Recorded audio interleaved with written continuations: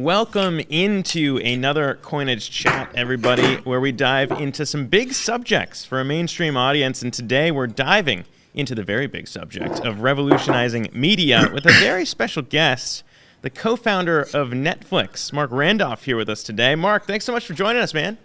Oh, Zach, it's a pleasure. You can tell I look like a revolutionary, don't I?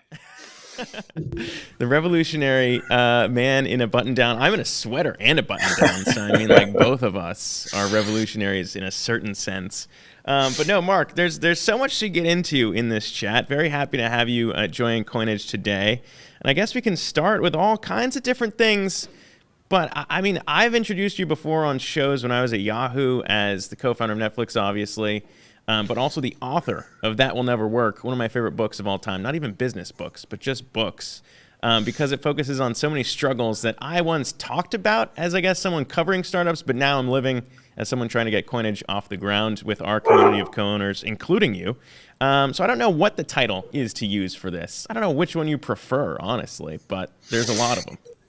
No, I think that's good. Entrepreneur is kind of rounds it all up. I mean, I wrote the book not because I wanted to be an author. I wrote the book because I wanted people to understand the things that you are now struggling with as starting your own thing. That it's not what you see on TV. It's not what you see on Shark Tank. It's not what you see in the books and the movies. It's a real struggle. Fun, challenging, exciting. That's what the point of the book was. So I'm an entrepreneur at heart. I don't think I have another book in me. I mean, there's a lot of lessons, so I don't know if you even need to put another one out there because there are so many that even I've been using over the last, it hasn't even been a year, but it feels like 10. But really, I guess, before you even get to the struggle phase, we can start on even just the ideation phase, because I find a lot of similarities between what happened there, and by no means is Coinage Netflix yet. But the idea of using technology or seeing technology in the way that it was used, the way you and Reed Hastings used it back then when you were launching Netflix to revolutionize media, the ability to send DVDs in the mail kind of is what set that off, right? And so I guess, when you were planning this out, That Will Never Work piece, all the ideas you went through, all the times you heard no, how hard is it to get something off the ground that is so revolutionary in that sense, that something isn't able to be seen easily by everybody else? Well, Zach, it's actually a great parallel with what's happening now, certainly in Web3, because back then, and this is back in 1996, 1997, it isn't like I had been dreaming all my life about doing a media company. I had very pedestrian tastes in movies. I probably watched Lion King 150 times because I had kids that age. So this was not a passion project. This was, like now, seeing this opportunity where this new technology was coming along, which I really felt was going to change everything. And at that point in time, I said, how do I play? And for me, when I saw the internet coming along, the thing that I saw was it was going to change everything in how people bought and sold things, e-commerce. And what Netflix really was this search for something to sell on the internet. And, my business partner, Reed Hastings, and I, we brainstormed hundreds of ideas, many of which had nothing to do with movies. We brainstormed things like personalized shampoo. We brainstormed custom dog food. I pitched him doing personalized vitamins over the web, all kinds of crazy ideas. And then one of the crazy ideas that actually stuck was doing video rental. Or more specifically, video rental by mail. Yeah. And you brought up, the challenges. Well, it's a ridiculous idea. Why on earth is anybody going to come and order a movie, wait for us to mail it to them when they can go to a Blockbuster, which is right down the street? But thus is how revolutionaries think. They go, let me just see if I can figure this out. And maybe if things go right, we'll live to see another day. And at the time, too, when you had the idea, the title of the book, everyone kept telling you that'll never work, or that the other ideas that you had before would never work. And, I guess it just took you trying to figure it out. And that's the same thing that happened, with us and the idea of trying to create a community-owned show. in terms of NFT as a technology, those technology came around and everyone was minting things, and it was very unclear what this technology would be used for. Similar to you guys, though, I feel like DVDs came around when a lot of people were using VHS players, and you had to deal with people learning how to use DVDs, buying DVD players. There was an on-ramp process, I suppose, in that as well. I mean, like, these things don't happen overnight, I guess. It's true, but we didn't see DVDs as being the technology that would change everything. Yeah. I mean, what we saw was it was the internet, that there was going to be this way that you could connect to pretty much everyone in the world with a power that no one had seen before. And it's very similar to what's happening now with NFTs. People see this thing, and even now, everyone's dreaming, what are the amazing applications it's going to lead to? I mean, you know it's going to change everything, but you certainly have no idea what. And for us, it was clearly it was going to change the way people obtain entertainment. We were sure that's where the internet led. And at the time, even though we knew eventually people would stream or download or get their movies digitally, we knew that it would be a long time before the technology was fully built out for that to happen. So DVDs was really a stopgap measure. I mean, we looked at Blockbuster at the time, the dominant video rental chain in the world, and they had a store. It seemed like every 3 blocks. I mean, I think they had what they have 9,000 stores, and they were all carrying VHS. Hmm. And if we had tried to start with VHS, not only was that too big and heavy and bulky and expensive to mail back and forth, but we couldn't compete with them. And it was when DVD came along that we realized, wow, this could be the enabler for us.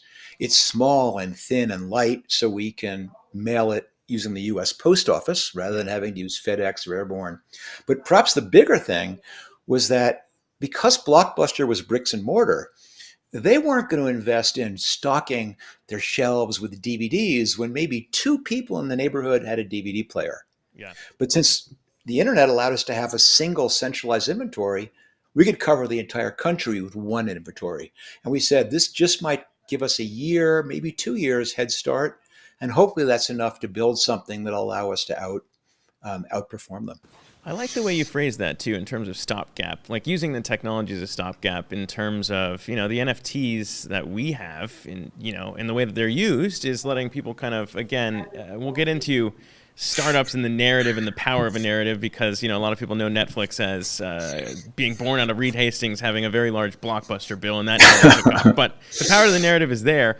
But, using NFTs at the time, thinking about how you can, revolutionize media by decentralizing, democratizing, kind of telling stories that way. And that's what Coinage is all about in terms of trying to cover news and stories in crypto for a mainstream audience. But, I mean, I was laughed out of the room for talking about that, certainly at other mainstream media organizations. I don't think I can say on the, well, I could say. It was called an F-up and laughed out of the room on trying to pitch this idea before. And I know you certainly were laughed out of the room before with other ideas. But I mean, I guess it comes down to giving yourself the time to get something like that off the ground, seeing where this technology goes. When you look at Web3, though, and NFTs, as you said, the idea of revolutionizing what comes next, what about it is similar to, I guess, what you saw at the time back when the internet was just taking off in the 90s?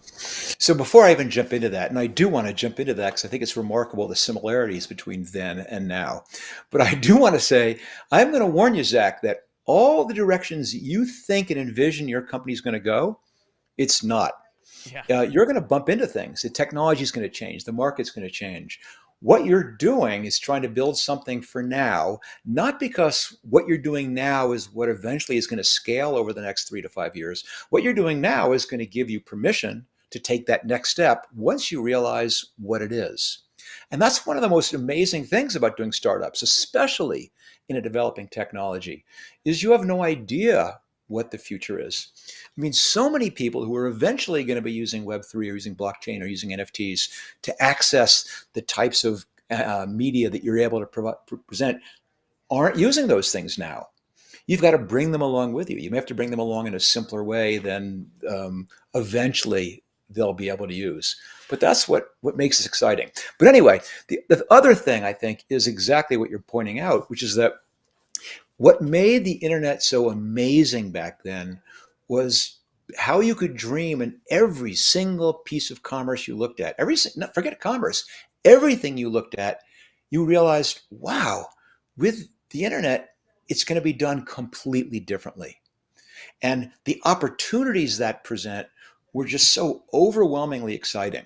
The challenge wasn't what do I do?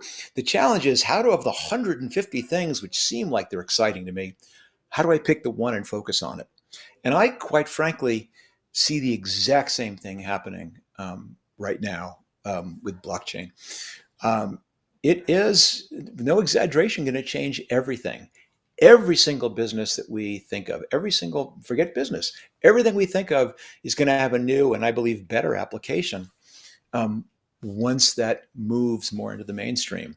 If I was a younger man, I mean, I would absolutely be going full bore into that.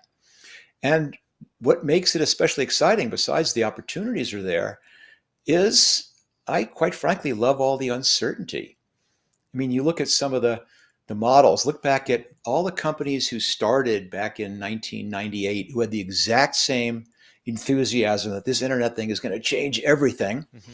And out of the 1,000 companies, out of the 10,000 companies that sprang out, what, a handful are the ones that ended up making it and scaling. Yeah. You know, the Googles and the Facebooks and the Netflix and the eBays.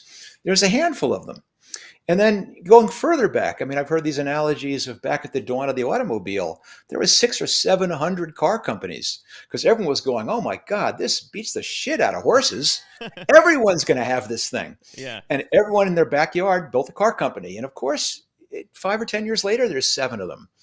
And I think something similar is going to happen with blockchain. We're going to have this incredible industrial revolution where all of a sudden everyone is realizing we can do everything we're used to doing in this horribly centralized way, in a decentralized way with great transparency.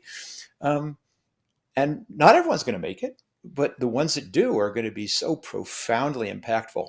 And I think Yeah. part of that hope that what we build can be part of that is what makes this so amazing to I me. think so that's maybe a good thing to do and back up and look at kind of the lens of that, right? You mentioned a couple things in terms of transparency and, decentralizing a lot of this stuff, just blockchains in general, right? Which kind of proved out why you might need that. Then there was kind of, as prices ebb and flow, I think some of the bullishness and bearishness come in and out. But if you get back to, I guess, fundamentals of why this exists, why the technology exists, and how it can be applied to any industry, you and I are both media guys, so we're talking about it being applied to the media space. I guess, what is it that you think is the biggest thing that it unlocks? Because, I mean, for us, it's like, me especially coming from news, we were talking about the idea of citizen journalism and what that can do, and bias, and the perception of bias, right? In terms of, oh, I don't believe that story because it came from this news outlet or whatever. But if we have a community-owned cooperative model for news media, perhaps that could eliminate bias in a way that lets people trust the thing a little bit better. So that's kind of what we're leaning into. But I wonder if you watching this see kind of all of those things in terms of transparency being applied to the media space differently, or what it could unlock there. Yeah, first of all, I wouldn't consider myself a media guy necessarily. I don't follow it as closely as someone like yourself who has been immersed in it for so long. But I certainly agree with you. I mean, we all go, woohoo, we've gone from, 7 outlets to 700 outlets, but that's still remarkably centralized. And it becomes a lowest common denominator game. And it still leaves us subject to tremendous bias. Um, well, yeah, what the hell? You look at Fox or look at CNBC, or New York Times. Very, very clear viewpoint. And you can buy into some as being better than others, and that's fine, but you're buying into that viewpoint. And I think the blockchain is an incredibly great, media is a great example of how decentralization and transparency can disrupt something. How it's going to look in 3, 5, 8 years, I haven't the slightest idea. Oh, I don't And think I don't think anybody does. and including Coinage, Yeah. you're going to take a swing at it, and what's going to happen is, if you're lucky, you're going to have gotten 60% of it right, enough that you go, whoa, we're onto something here. We have some traction, we have some momentum. But wow, we kind of look what's happening just 20 degrees to our left. And then you swing over, and then you learn something new, and you swing back 30 degrees to the right. And it's that narrowing in. I mean, look at Netflix. Started out with a DVD rental by mail. Um, and now it's a streaming company. It's all over the world. It makes its own content. I never saw that coming, except in the most generic sense that eventually we're going to be watching content over a wire or through the air rather than having it mailed to you or buying it in a video store. Yeah. But how it was going to happen, I could never have envisioned that. And I feel the same way here. It's just so obvious to me as an entrepreneur. It's so obvious to me as a media consumer that the current model is almost debating whether to use the word broken, but I'll use the word broken, but maybe it's suboptimal, Yeah. that it could be so much better. But I don't look at it's not just media. I mean, look at how you buy and sell a house. That is just ridiculous. I mean, I don't know if you bought property lately, Zach. My God, it's like 200-page stack of documents and paying title fees and companies, and that's ridiculous. And the Buying and bank selling and a all the car. stack of everybody in there having to check it all. It takes too long, and there's too. Yeah, no. I mean, obviously, there's a lot of innovation. I think across the board, the blockchain technology will eventually be used on. It's just like on ramping and getting people to figure out how this works is going to take some time, and obviously, that's not overnight. But we don't. Before we came on the air here, we were talking about community. And part of what builds blockchain is community, but it's not necessarily because it's some fundamental requirement. It's that because if we want these things to really change the world, we've got to bring the world along with us. We have to tell them this is not just about you getting a better way to decide what show you want to watch, what the news should be. It's you've got to understand how to use this technology. And it's our job to help bring you along, to teach you, to make the rest of the world realize this is not all about bored apes and speculation and Bitcoin billionaires. It's about fundamental utility that it can do things that are different. And let us show you how this works. Yeah, I'm glad you mentioned the utility piece because that is kind of where we try to differentiate, I think, with what we're building, right? And we can get into the narrative piece and why that's so important for any startup, not just a crypto startup, not just someone in media, but for any startup at all, really honing in on that narrative. And you guys switched, I think, a few times. I was rereading the book last night and diving into the marketing message of having the world's largest DVD collection was originally kind of the big selling point for Netflix. It pivoted a bit in terms of a new model around not having to deal with, late fees. And then from there, kind of, again, taking down Blockbuster and eating their lunch as the years rolled on and everything else that came after. But, for us, in even just trying to figure out what narrative this will be for Coinage, in proving out what a community-owned model might look like, we've landed on a few. We've landed on decentralizing news. We've landed on co-owning a show with your favorite creator. We've landed on a Kickstarter model meets Patreon meets verifiable on-chain ownership using NFTs. And so there's a lot of different narratives there. I mean, as an entrepreneur who's pitched one before and won in a way that Netflix beat out its competitor and almost everybody else, how do you figure out what narrative is going to win when no one knows what the future is going to look like? Wow, Zach, I'm so glad you're raising it because it's such a critically thing to get right. And in fact, when I look back at early days of Netflix, I would say it was immodestly one of the 1, 2, or 3 smartest things that I did in the entire time I was at Netflix was help come up with that positioning, which was, in retrospect, so self-evidently right.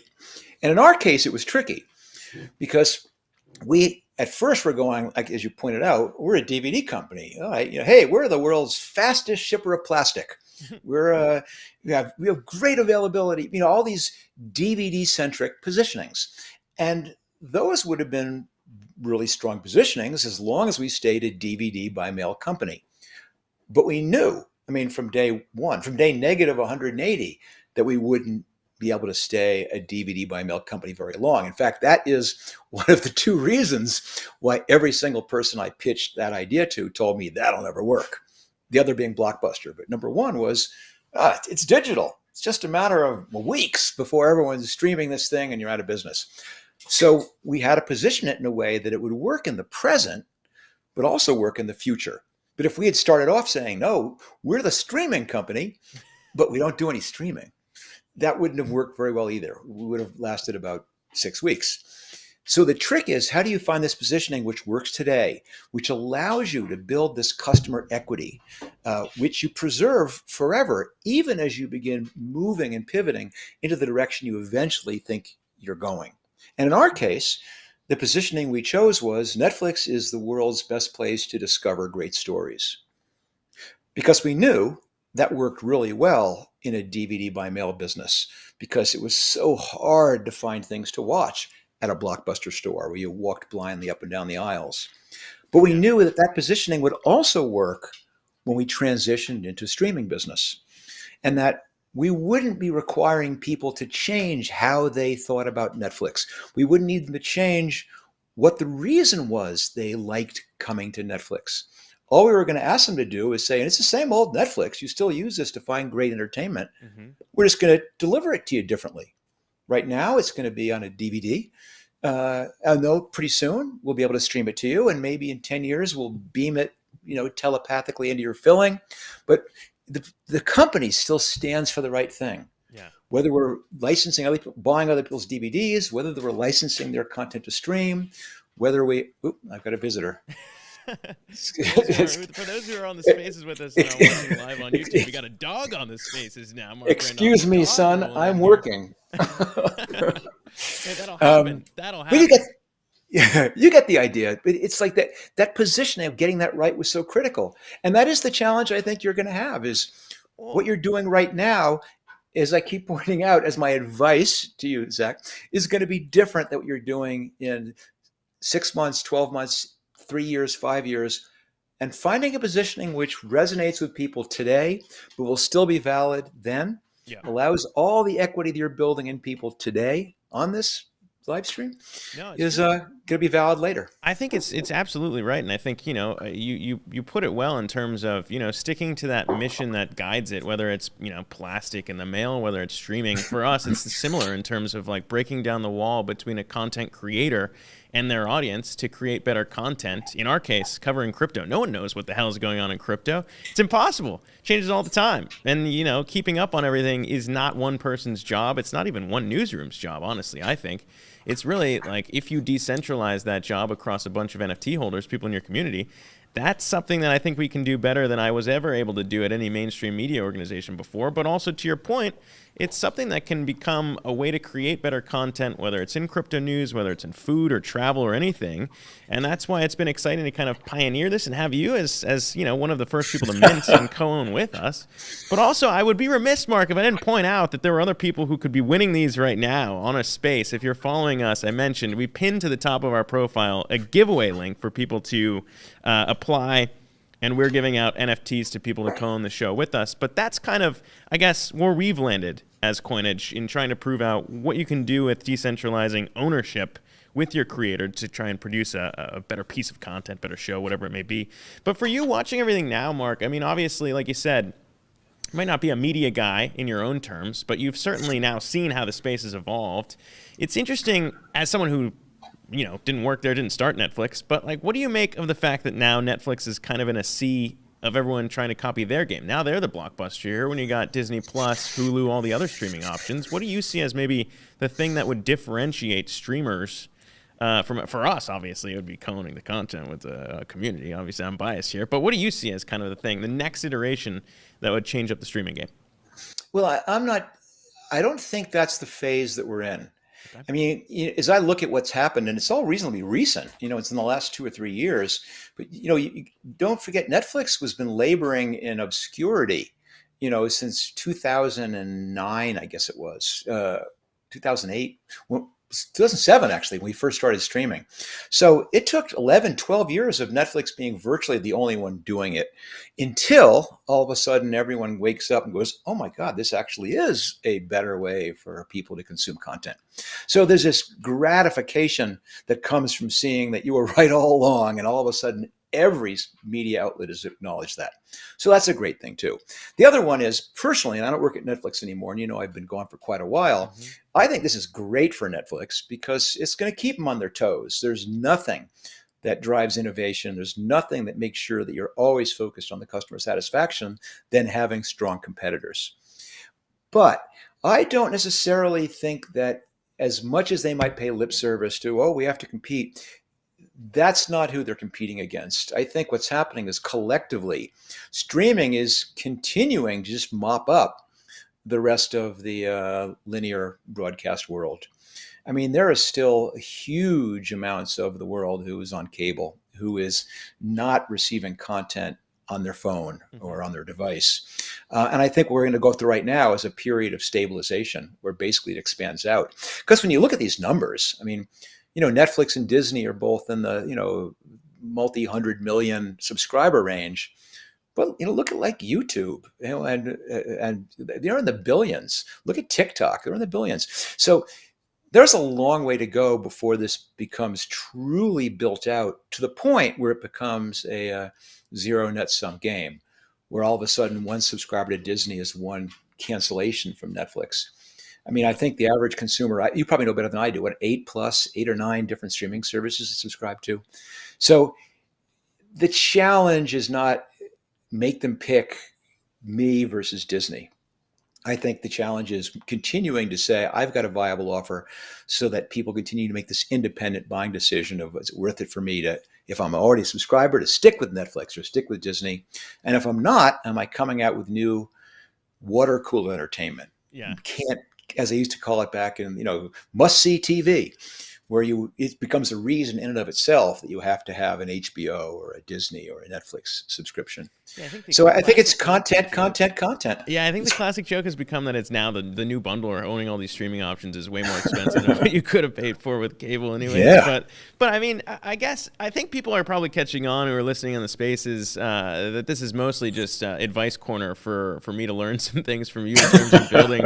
And one of the things I think that we're hearing from a lot of people right now in crypto, maybe even just in the general startup space right now, right, is kind of bunkering in, realizing that this isn't the same market we were in a year ago, building in the bear. And a lot of people building in the bear right now might not realize you yourself built in what was once a bear market, if you want to call it that, in the dot-com burst, the bear of bears. The secret to building in those periods of time when almost everything's working against you and momentum shifts, what was kind of, I guess, the biggest takeaways, I think, in terms of you set your mission out and then eventually something happens, the bottom falls out. In crypto, we've seen some huge collapses in 2022. I mean, what's the advice and the takeaway for founders or anyone building in a space like crypto or anything experiencing that? Yeah, it's a good question because there are a lot of lessons, and I saw it a couple times. I see it in 2000, saw it in 2008, seeing it in some ways now, and if it makes you feel any better, it's not just crypto which is collapsing. I mean, or has collapsed. Every single person who's doing a startup who was in a growth mode and was able to raise money based on growth is realizing all of a sudden that's yesterday's story. And that now it's, if I give you any money, is that the last money you're going to need? And that's a very, very different challenge. So I'll put it one way. Going through those periods is a tremendously great exercise for an entrepreneur because even though you'll pay lip service to we'll make it up in volume, it's easy when things are going so quickly that people will throw money at you. It's a very different thing when you have to justify every cent you're spending, when you have to begin cutting it to yourself back and saying, what can we really survive on now?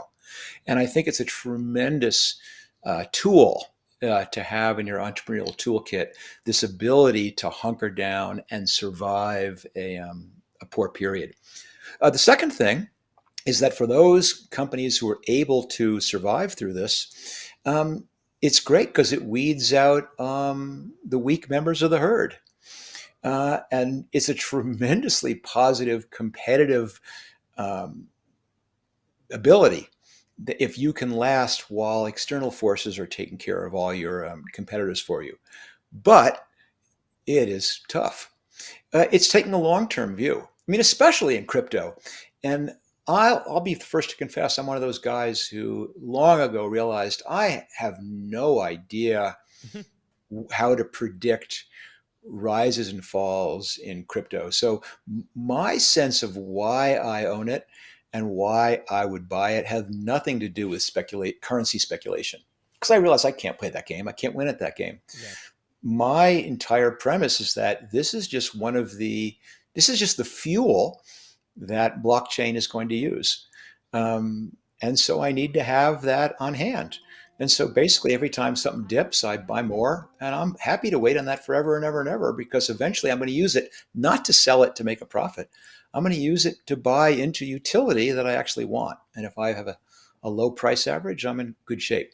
But that's just me personally. I just think don't if you're looking at this as a quick buck, good luck.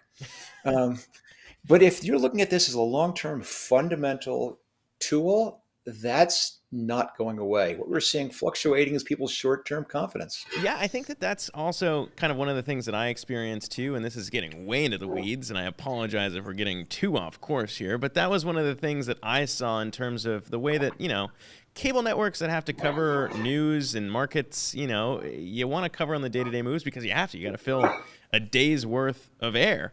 But if you're trying to explain something as complex or complicated as crypto, it doesn't really make sense to do that. So at Coinage, we never really have focused in on price moves for that reason. Is because where the real money's made, I think, or at least as I've seen it, is when you start to understand how a project works, what it's trying to solve, why it's better than the other solutions out there. And we've highlighted a few of those projects and look to highlight more. But that's essentially the way that I've seen it, right? In terms of, okay, why is this better than anything that came before it? And what does the technology do? But explain it in a way that anyone can understand, including my mom. And that's what we've kind of focused in on.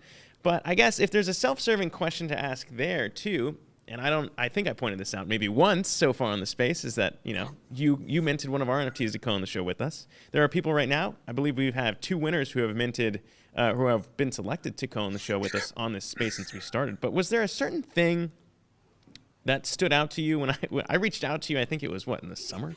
It's like, hey, Mark, we've got this thing coming up. We're trying to do a community-owned show. If you mint it, you can co-own it with us. It's kind of the way that we're getting it off the ground. I mean, was there something that stood out to you in that, or was it just, you were dipping a toe into Web3? I think I saw there are a few other projects you had been involved in. It's a self-serving question, but was there something that stood out? No, well, hey, I thought question number 1 as a journalist was never ask a question you're not sure what the answer is. So That's right. You're just lucky I'm not soft. saying it's because you leaned on me, pal. No, but it's not the reason. It's that, actually, I'm going to make you hold for 1 second while I close this blind, so I'm not blinded. Yeah, close the blind. Don't close go the away. Blind. Oh, we'll build the suspense. I can talk. There we go. That's much better. Look at that. So there's a couple. There's a very specific reason why I bought into Coinage. So the big one is my whole excitement about Web3 is utility. I'm not a PFP speculator. I'm really excited about what it can do. And so the projects that I get in are not because I have some fundamental, deep, long-term understanding that I'm making a bet that media is the one that's going to be transformed. I'm going, I don't know what the hell is going to happen. But the best way for me to really understand what's going on is to have a stake in people who are taking shots at different categories. And when I saw what you were doing, I go, this is fantastic. He is addressing something, Coinage is addressing something which is self-evidently broken. He's addressing something which, wow, Web3 is perfectly suited to disrupt and do better. And so buying into your project was my opportunity to go, let's see where Zach and company take it. And that's the premise I've used for all the other projects that I've invested in. I don't speculate. I'm not buying them because I hope to sell them. I'm buying because I get to have a front row seat this way in watching someone try and really challenge the status quo. And I want to see where they take it. So no pressure, Zach. But I expect great things from you. But this is the way I've learned it. Listen, I tweeted something recently and I said, basically, when I have an idea, my basic plan of attack is no plan, all attack. And when I'm trying to understand Web3, I just leap in. I don't study. I don't build a plan. I don't have some investment thesis. I go, let's just do some stuff and see how it feels and see what happens. And I think yours is especially interesting. So it's part of the Marc Randolph, let's see what happens investment strategy. Well, first off, I've thanked you a few times, but honestly, I thank everybody who does mint just because it means so much in terms of, this is an experiment. We make no promises about where this can go, certainly. But I mean, and I'm not a VC. I've never really thought about writing checks aside from friends, and it's the same thing. It's like, I'll take a shot. We'll see what this person can do in this field.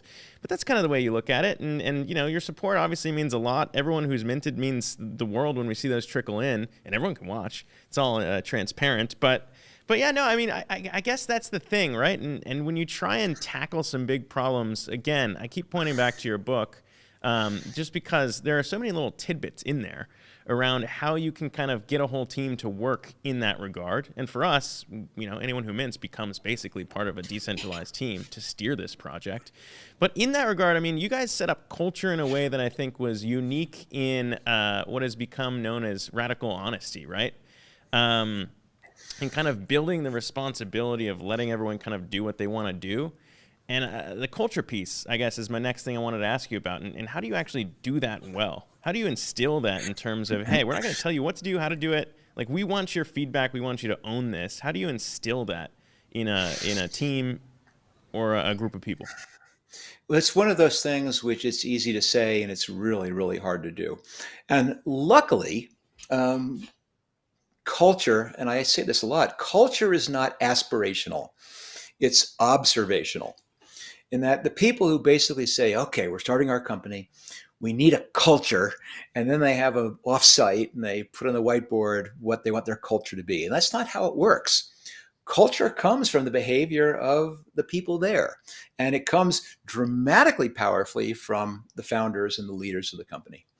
How they act is the way the rest of the company is going to act. It sends a tremendously powerful signal about what you believe in things like honesty, what you believe in how you should treat customers, how you should treat other employees, how you make decisions. People watch that. I mean, anyone out here who has kids knows exactly what I'm talking about. You can tell some kid what to do, but there's little eyes that are watching all the time, and that's what they pay attention to. So what you can do actively is begin to say, is my behavior the things that I really want this company to be?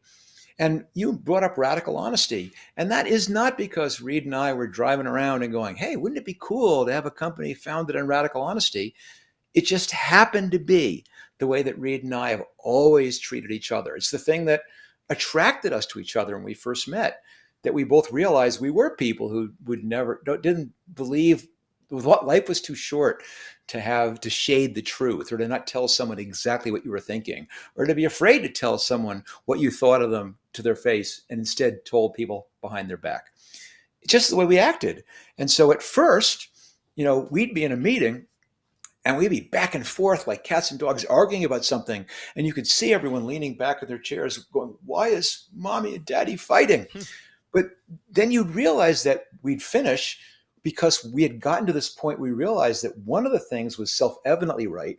We'd immediately forget which one of us was arguing what side, and we'd both enthusiastically embrace whatever that solution was.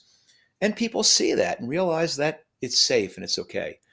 And I'm not saying everyone has to do radical honesty, because it won't work if that's not what you believe is important and the way you like to act. Yeah. It sounds stupid to say that, but it's okay. Listen, sometimes in families, radical honesty is not the way you behave. You're polite, and you can run a company that way too. That's not the way we did it, because that's not how we were. But it's a very powerful thing. Yeah. And the other big premise about Netflix's culture that came basically from how Reed and I behaved is we did not believe in telling people what to do. We didn't believe that was tremendously demoralizing, that it was so much more powerful to tell them where you wanted to be and when, and let them figure out how to get there based on the skills they had and the obstacles they ran into and what they had to do to make it happen. And those two things, that was called freedom and responsibility. Mm-hmm. But radical honesty and freedom and responsibility ended up being these remarkably powerful things, which actually, in my opinion, contributed probably more to Netflix's success than almost anything else, because it allowed us to attract and retain amazing people. Because surprise, surprise, people who are really, really competent would like to be treated like adults. What a revelation. Options. They have a lot of options and places to go too. But I feel like, that's one of the things that's overlooked all the time is culture. And I think it's just because it's really hard to put your finger on it in terms of how do you actually work on creating it. And sometimes the harder you try, the bigger you fail. But I'm glad you mentioned it's somewhat of kind of like a family, because, There are a bunch of tweets that you put out recently. I think I don't know if this is a recent thing, but there have just been a lot of tidbits and advice, almost founder advice, that you've been putting out, and I've recognized a lot of them from the book. But there's a lot in there around just succeeding, not in terms of a startup making it IPOing, becoming as big as Netflix, but also the values that you tried to live by. One of those I think you've talked about a few times, and I think it went viral, was instilling the value of family for you, which I think was your Tuesday night date nights, and drawing the line and saying, look, I got to get out of the office at this time. I mean, I would think it'd be extremely hard to do that in a culture setting where, look, if you're not performing up to par, you're going to hear about it because it's radical honesty. I think even in the book you describe Reed Hastings demoting you through a PowerPoint and calling you out. I mean, that doesn't sound fun. So I mean, like, how do you actually maintain that piece where you say, look, I'm still going to give myself this out because family matters. These are important values to me. There's two pieces to this, and they both work together. And the first one is that if you don't know what you want, the odds of you getting it are extremely low. To think that you're going to stumble into having some kind of balance in your life is ridiculous. And too many people do it that way, that their family or their spouse or the hobbies that make them whole, I'll do those in the spare time I have. Yeah, good luck with that. I was just lucky that I realized pretty early in my life that I did not want to be, as I said in places, I did not want to be the guy who was starting his seventh company, but also on his seventh wife. And that if I wanted that kind of life where I had a genuine relationship with my family, where my kids actually knew me, I had to make it a priority. And I had to make sure that I carved something out that I fought to hold on to. And that was these Tuesday night date nights, which is 5 o'clock every Tuesday, rain or shine, I would leave the office. And if you had to talk to me, well, we're going to talk on the way to the car. If there's a crisis, it gets wrapped up by 5. But nothing gets in the way of that. But the second piece was the more amazing one, which is you realize that so many of the things you do as a founder are unnecessary. You're up at like 2 o'clock in the morning and you're proofing the fonts in a presentation. And I hate to break it to you, you don't lose the deal because you didn't get the fonts correct at 2 in the morning. You lost the deal 3 weeks ago. So recognize that you can cut back and you can make space in your life for these important things. And it genuinely won't compromise your business performance. In fact, it makes it better because it allows you to put things in perspective and allows you to come in motivated and be able to do this over the long term. And probably the most amazing thing, Zach, you alluded to the virality of it. I posted that on LinkedIn a while ago, and it has, like, to counting, something like 20 million plus views. And it's because it resonated with people, that many people went, oh my gosh, that speaks to something that I'm trying to do. And I think it's a really important lesson to say that, don't look to say that business is the only thing that's important. Don't look to say if I'm successful in business, I'll be happy. Yeah, I did 7 companies, but the thing I'm proudest of is not the companies. It's staying married and having my kids know me and still getting out and being able to backcountry ski and kayak and mountain bike and those things. Yeah, That's hard. It's something. Well, it is hard, and it's something that you're right. I think it resonates with a lot of people because it's something a lot of people struggle with, myself included. It's really tough to kind of balance all those things, especially when you're so focused on, as you said, getting even those little tiny things right. It's easy to fall into that trap. But I feel like Let me give you an analogy quickly. This is just for this live stream here, not one I've talked a lot about. So the problem is, and Zach, you're right in the middle of it, is that it's easy for me to say, oh, every Tuesday, just get out of there at 5. And it's not 100% possible. It's 98% possible. But the analogy is this. I don't know whether you've done. I used to triathlons a lot when I was a little bit younger. And on the swim, it is a shit show because you have 300 people who plunge into the ocean at the exact same time, and they're kicking, and your goggles are knocked off, and you're swallowing water. And what you learn is that if you want to survive for the swim portion of a triathlon, you've got to sprint for the first 3 or 4 minutes. You got to get yourself far ahead of the pack that you can then relax and hang on for the full 1.2 miles or whatever it is. And a startup is like that. There's points where you have got to sprint. And yes, I would do my date night, and it's 9 o'clock at night. I'd be back in the office, and I might be there till 2, because I was doing the sprint. And then eventually you get to the point where you go, okay, I can now catch my breath, and I know I can't sprint forever.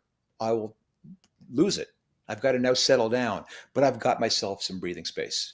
And Yeah. there's some hope for you. Well, I like the hope, and it's also true because I was envisioning. I mean, it's nice to end on the hopeful note because in my head, I was just seeing myself drown a bunch of times. I think as I was listening to that story, it's a sprint, but it's drowning in a bunch of different ways. But no, I mean, I think that's one of the elements that I go back to too on your other thing. I don't know if this one went nearly as viral, but it hit home for me. It was just kind of the idea of no one's going to steal your idea, right? Which to me was just like, look, everyone has ideas, but how many people actually go act on them, and who's going to get them out there? And no one's going to steal them because it's a lot of work and it's hard. And, I think that that's one of the elements that comes through as much as, people hear that will never work, but also no one's going to steal your idea because no one's going to do it. Either A, they think it's not going to work, or B, it's too much work. So, I mean, in that sense, what is kind of the advice that you've given to other entrepreneurs out there just in terms of get going, get started, test it out, see what happens? And I think that that's maybe one of the coolest things about Web3 in that a lot of the projects don't have the full utility or the full use case built out yet. They have an idea or maybe some artwork, and they want to see what happens when they build the community first, and that's half the pie, that's half the puzzle. I mean, I wonder if that's even truer as you look at maybe what's been going on in crypto. It's absolutely true, but it's I wouldn't say it's true, or it's true for every single startup. And that, just like I keep saying to you, what you envision the next 2 or 3 years going to be is wrong. You're going to get 3 or 6 months in, realize that one of your assumptions was off. You're going to learn something new about your customers, about your viewers, what they want to see, and then you're going to pivot. And that's how it's supposed to work.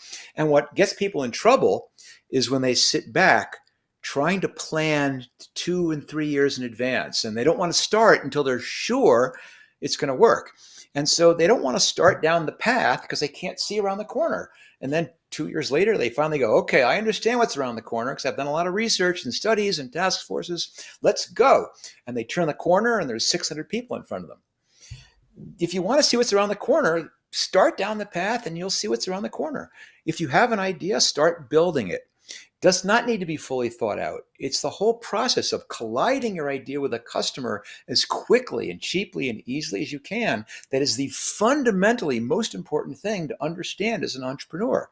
And it's why this someone's going to steal my idea is the most tragic, heartbreaking thing you can say. Because by protecting your idea, I don't want to tell anyone, I don't want to start or show anyone. What you're doing is delaying the moment where you're colliding your idea with reality. And so you're protecting the one thing which is the least important ingredient. Because what you think the idea is, it's wrong. You're going to find out as soon as you start, it's something else. And by not starting, you're not doing the 99% thing, which is the most important thing. Yeah. Predisposition to action. The single most important attribute you can have as an entrepreneur. Yeah, I think that one hit home for me as well, just because it was like, okay, we were building this, and in the spirit of Web3, we basically put our white paper out there that proved exactly the model for how anyone else could do this in terms of, community ownership using a cooperative model around, co-owning it via the NFTs. But we put it out there just because, it's like, all right, we don't know if this is going to work, but here's how we would do it. And if there's a better model out there, show us, and maybe we'll steal that too in the spirit of Web3.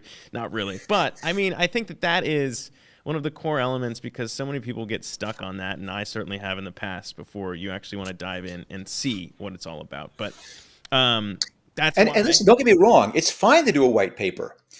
The thing that's wrong is if 3 months in, the world looks different to you and you're going, no, we have a white paper. We've got to stick. That's the problem. No, for sure. And luckily, people like you and everyone else who's minted, we've heard feedback from a lot of people. And so that's the other thing too. Even while being on this space, we've added more. This will be my last reminder as we wrap up the space since we only have about 10 minutes left, Mark. But anyone who's listening can apply via that Gleam link pinned to the top of our Twitter to join in the giveaway to co-own Coinage with us. But no, I mean, you open this kind of conversation about, not being so far in the media. I know you still like watching things. That we talk about this all the time. Last time you and I were on Yahoo together. Have you been watching actively this Oscar season around? I'd be remiss if I didn't ask you if you thought anything about that. Oh no. No.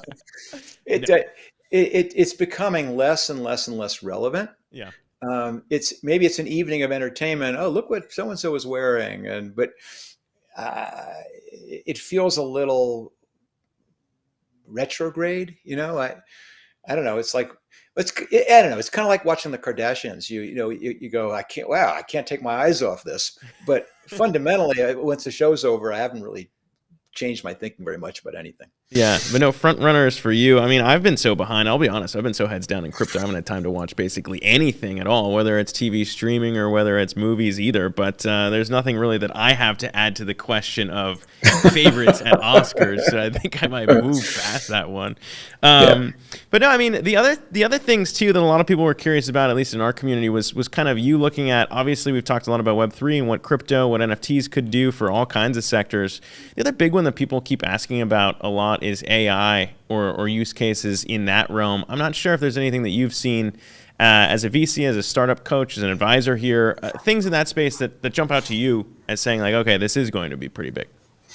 Yeah, I think it's going to be remarkable. I mean, it's technically beyond me a little bit, which means that I don't have that same. See, as an entrepreneur, you have these itches. It's like you're walking down the street and seeing a box full of puppies. It's very hard to walk past and not want to go, oh, this pill, I got to grab it. When I see a technology or a business idea, I feel the same way. I've got to do something with this. I think AI is tremendously exciting.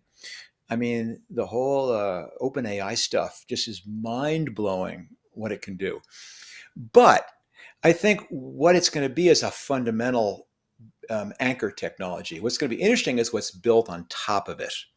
And I've seen, gosh, so many pitches for people building utility on top of this. For example, people building companies to write scripts for TV and movies, where they have to inject some creativity, but so much of the grunt work gets taken care of. I mean, one of the best analogies I heard, this is not from me, just very clever, was that basically OpenAI and AI is kind of like a calculator is to math, as it is to video and words. Hmm. It basically takes a lot of the things we used to do with a slide rule, not we, our parents used to do with a slide rule and long calculations, and now goes, that part's taken care of. It frees us to have higher level thoughts and creativity. And I think it's going to do that as well. It's going to free up a lot of the mundane and allow us to be even more creative and more powerful.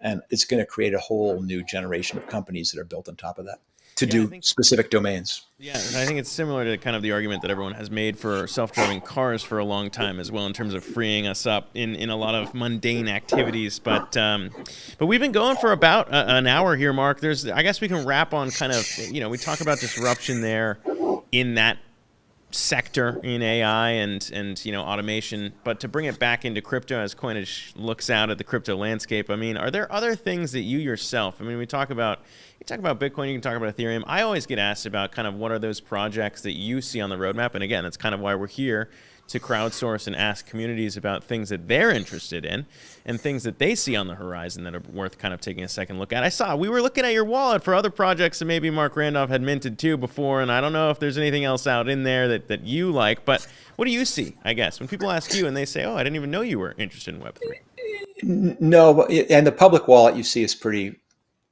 trivial. Let me have your stuff's there. But no, I don't. I'm not right now. I'm not ready to talk about it in detail. I'm more heads down on some ideas I have for some projects that I'm working on personally, rather than spending a lot of time. Again, this is not about my interest. Is not as a investor. My interest is personal curiosity and learning. And so right now I'm really kind of digging into some of the more interesting technological things that I want to apply. So I can't give you any good hints there. Sorry about that. That's But all right. That watch just means this we're gonna have to space. have you come back. Watch And we'll this do another one of space. these. Yeah, that's what we're saying. We'll do another one of these bad boys with Marc Randolph Yeah. again here as we kind of wrap up. We'll tease ahead to that then. I think is a good way to end it. Well, let me. I hope you don't mind me doing a couple of quick plugs here. Of course. So, two things. I can't possibly thank you enough for all the great words you said about the book. Where is It's it? honestly so good. I don't say that about a lot of books because I don't read a lot of books. I'll be honest. I That haven't read a book in like 2 years. Yours is the last one I read. Well, for people like Zach, it is available as an audiobook, so you can listen to it. There you But go. it's great. But the other place, listen, if you don't have time to read a 300-page book, check me out on Twitter. Check me out on LinkedIn. A lot of the stuff you heard me talking about tonight, I would share pretty constantly in those. And if you don't have time even for that, you can find me on TikTok too, where I'll be going off in a totally different direction there.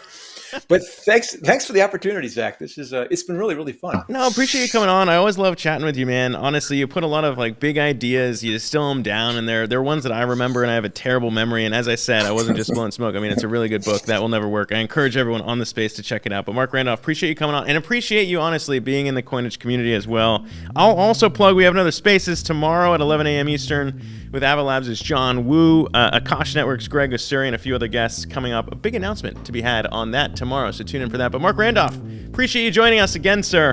Be well, and thanks again to everybody on the space for listening.